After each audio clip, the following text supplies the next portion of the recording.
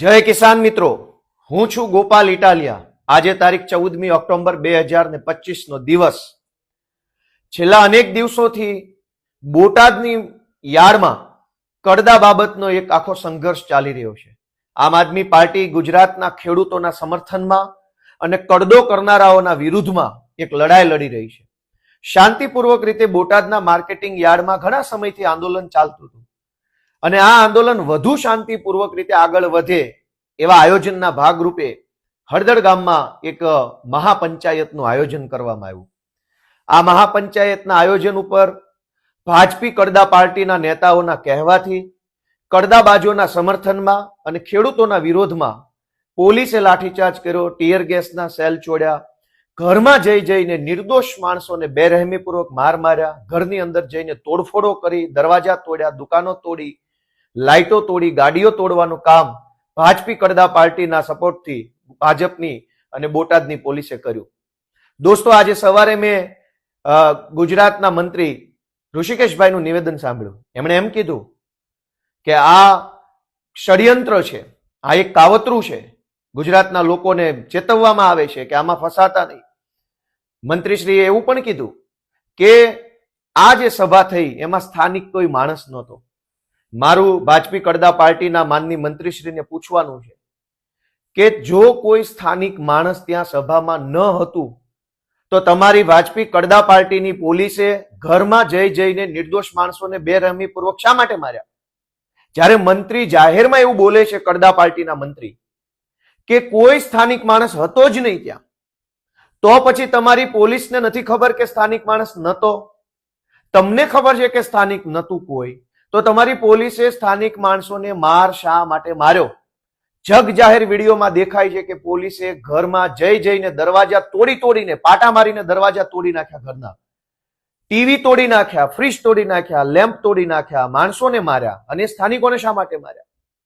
હકીકત તો એ છે કે ગુજરાતમાં ભાજપના મંત્રી હોય કે ભાજપના ધારાસભ્યો હોય, પટાવાળાથી વધુ કોઈની હેસિયત નથી। હું 50 વખત જાહેરમાં નિવેદન આપી ચૂક્યો છું કે ભાજપના મંત્રી અને ધારાસભ્યોની લાયકાત માત્ર એક પટાવાળા જેવી રહેવા દીધી છે ભાજપે। અને હું જયારે આ વાત કહું છું કે પટાવાળાઓ છે, ત્યારે ભાજપને બહુ વહમું લાગે છે, આકરું લાગે છે। પણ આજે કડદાબાજોના સપોર્ટમાં, કડદો કરનારાઓના સપોર્ટમાં, ખેડૂતોને લૂંટનારાઓના સપોર્ટમાં આખી ભાજપી કડદા પાર્ટી ઉતરી આવી છે। ટીવીમાં, સોશિયલ મીડિયામાં, બધી જ જગ્યાએ ભાજપી કડદા પાર્ટીના બધા જ નેતાઓ લાગી પડ્યા છે આમ આદમી પાર્ટીના વિરોધમાં અને હળદરની ઘટનાના અનુસંધાનમાં। પણ એક પણ નેતાની હિંમત થઈ કે કડદો સાચો છે કે કડદો ખોટો છે એવું બોલી બતાવે? નહીં। 4-5 દિવસથી આ સંઘર્ષ ચાલુ છે કડદા બાબતનો। એક પણ મંત્રી, કૃષિ મંત્રી સહિત, મુખ્યમંત્રી સહિત, ગૃહમંત્રી સહિત કોઈ ધારાસભ્યની એવી હિંમત ન થઈ કે કડદા ઉપર એક નિવેદન આપે। જે લોકો કડદા ઉપર એક નિવેદન નથી આપી શકતા એ પટાવાળા ન કહેવાય તો શું કહેવાય? નેતા હોત તો છાતી કાઢીને ખોખારો ખાઈને બોલ્યા હોત કે આ કડદો સાચો છે અથવા તો કડદો ખોટો છે।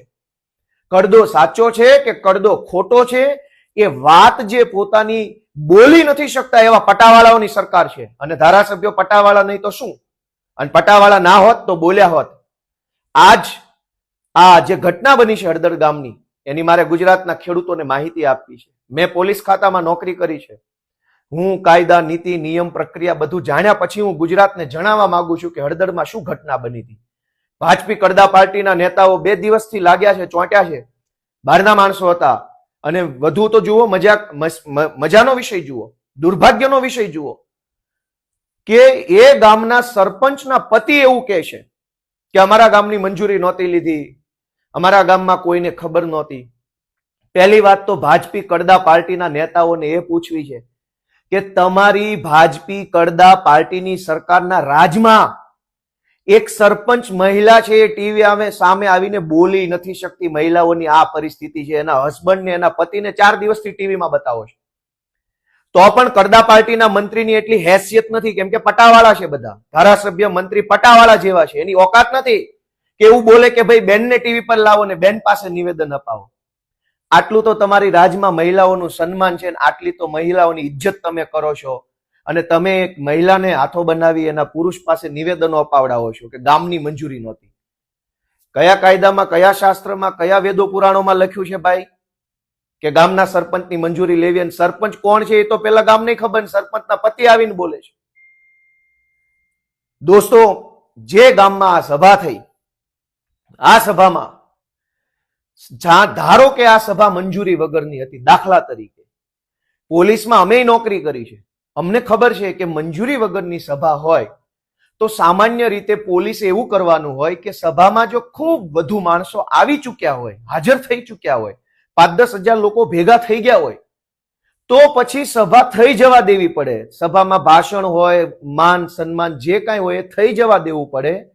સભા પૂરી થઈ જાય, આપમેળે લોકો ઘરે જતા રહે, બધો માહોલ વિખાઈ જાય, ત્યાર પછી પોલીસે જે લોકો મંજૂરી વગરની સભા કરવા માટે જવાબદાર હોય એમના ઉપર પાછળથી FIR કરી શકે છે પોલીસ. પણ હળદરમાં પોલીસે શું કર્યું?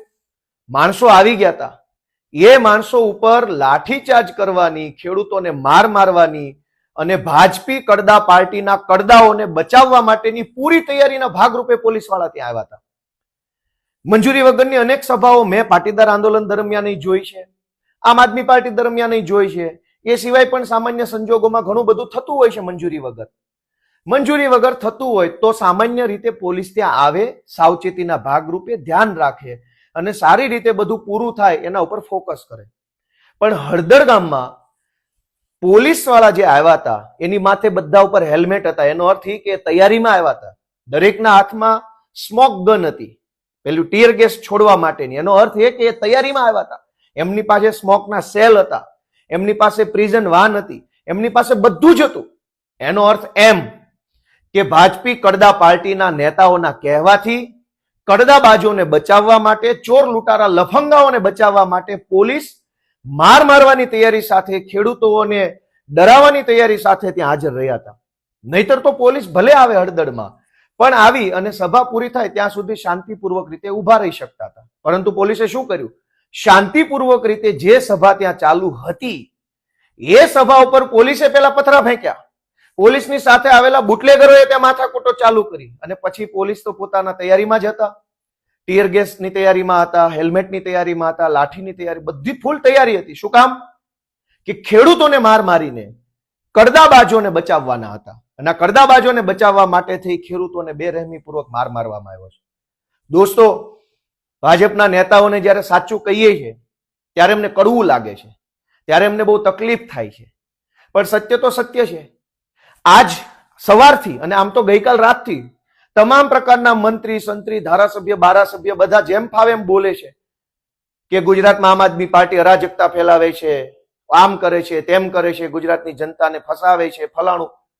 પણ એકેય મંત્રીની કે એકેય ધારાસભ્યની એવી હેસિયત છે કે માર્કેટિંગ યાર્ડમાં ચાલતા કડદા ઉપર એક શબ્દ બોલે?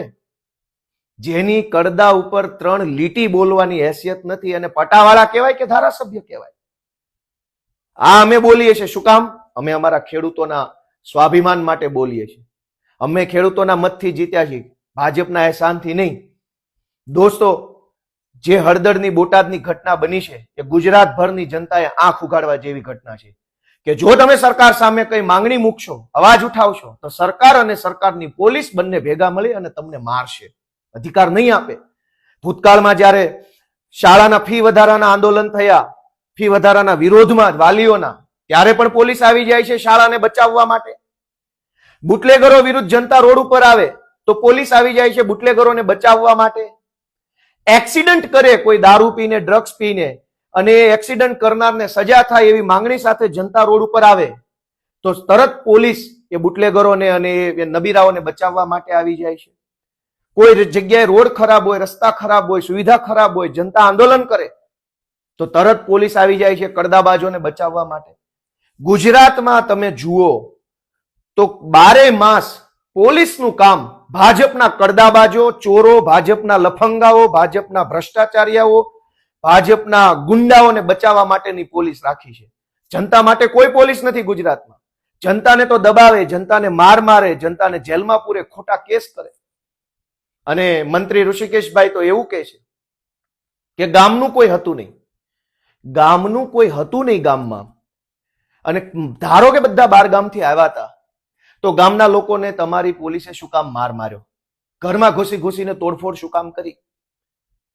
દોસ્તો, ભાજપની સરકાર કડદાબાજોના સમર્થનમાં છે, ભાજપના મંત્રી કડદો કરનારાઓના સમર્થનમાં છે, અને આમ આદમી પાર્ટી ખેડૂતોના સમર્થનમાં છે. નિર્ણય તમારે લેવાનો છે કે તમે કોના સમર્થનમાં છો, કડદાબાજોના કે ખેડૂતોના. દોસ્તો, આમ આદમી પાર્ટી ગમે તેવી મજબૂતમાં મજબૂત લડાઈ લડવા માટે તૈયાર છે અને સક્ષમ છે. અને હું છેલ્લે બધાને એક વિનંતી કરવા માંગુ છું કે ક્યાં સુધી આપણે સહન કરશું, કેટલું સહન કરીશું? દરેક વ્યક્તિ ઉપર અત્યાચાર, અન્યાય થઈ રહ્યો છે. કેટલીક જગ્યાએ ગુંડાઓ અન્યાય કરે છે, ગુંડા સામે ફરિયાદ કરવા જાવ તો પોલીસ અન્યાય કરે છે, પોલીસ વિરુદ્ધ ફરિયાદ કરવા જાવ તો નેતા હેરાન કરે છે, નેતા તકલીફ આપે છે. જનતા ક્યાં સુધી આ સહન કરશે? કેટલું સહન કરવામાં આવશે? જે ઘટના બોટાદમાં બની છે એ ઘટના નિવારી શકાય હોત.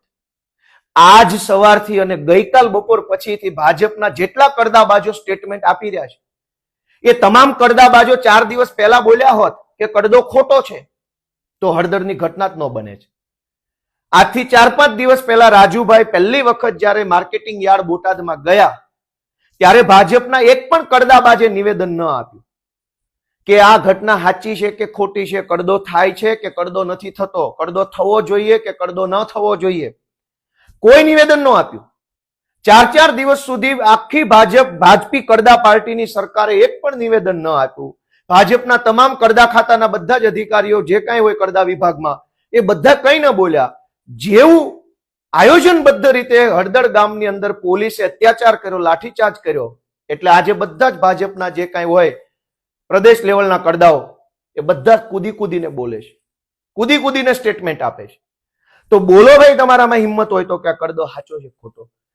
ગુજરાતભરના અનેક માર્કેટિંગ યાર્ડમાં ખેડૂતોનું રીતસરનું શોષણ થાય છે, ખેડૂતોનું લોહી ચૂસવાનું બાકી રાખ્યું છે ખાલી.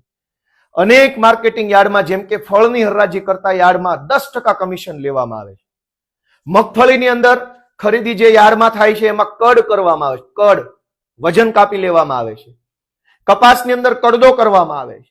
બીજી ત્રીજી જણસની અંદર પણ ખેડૂતો પાસેથી વજનના નામે, કટા એટલે કે બારદાનના નામે, મજૂરીના નામે, તોલ માપના નામે અનેક પ્રકારની લૂંટફાટ મચાઈ લેવામાં આવે છે. આખા ગુજરાતના માર્કેટિંગ યાર્ડની અંદર મોટા ભાગે ખેડૂતો સાથે અન્યાય થઈ રહ્યો છે, ત્યારે આ ભાજપી કડદા પાર્ટીના એકેય નેતા સ્ટેટમેન્ટ નથી આપતા. જ્યારે ખેડૂતો માટે આમ આદમી પાર્ટી લડવા આવી તો ગૃહમંત્રી ને ફલાણા મંત્રી, ઢેકણા મંત્રી બધાય પટાવાળા આવીને મંડ્યા બોલવા. મારી ભાજપના બધા જ પટાવાળાઓને વિનંતી છે કે પટાવાળાએ વચ્ચે બોલવું નહીં, તમારા શેઠને મોકલો. પટાવાળાનું નમ્ર નિવેદન છે કે અમારી ખેડૂતોની અને ભાજપ પાર્ટીની લડાઈ છે, વચ્ચે પટાવાળાઓએ પડવું નહીં. એ બધા જ પટાવાળાઓને નમ્ર વિનંતી છે. જય જય ગરવી ગુજરાત, જય કિસાન.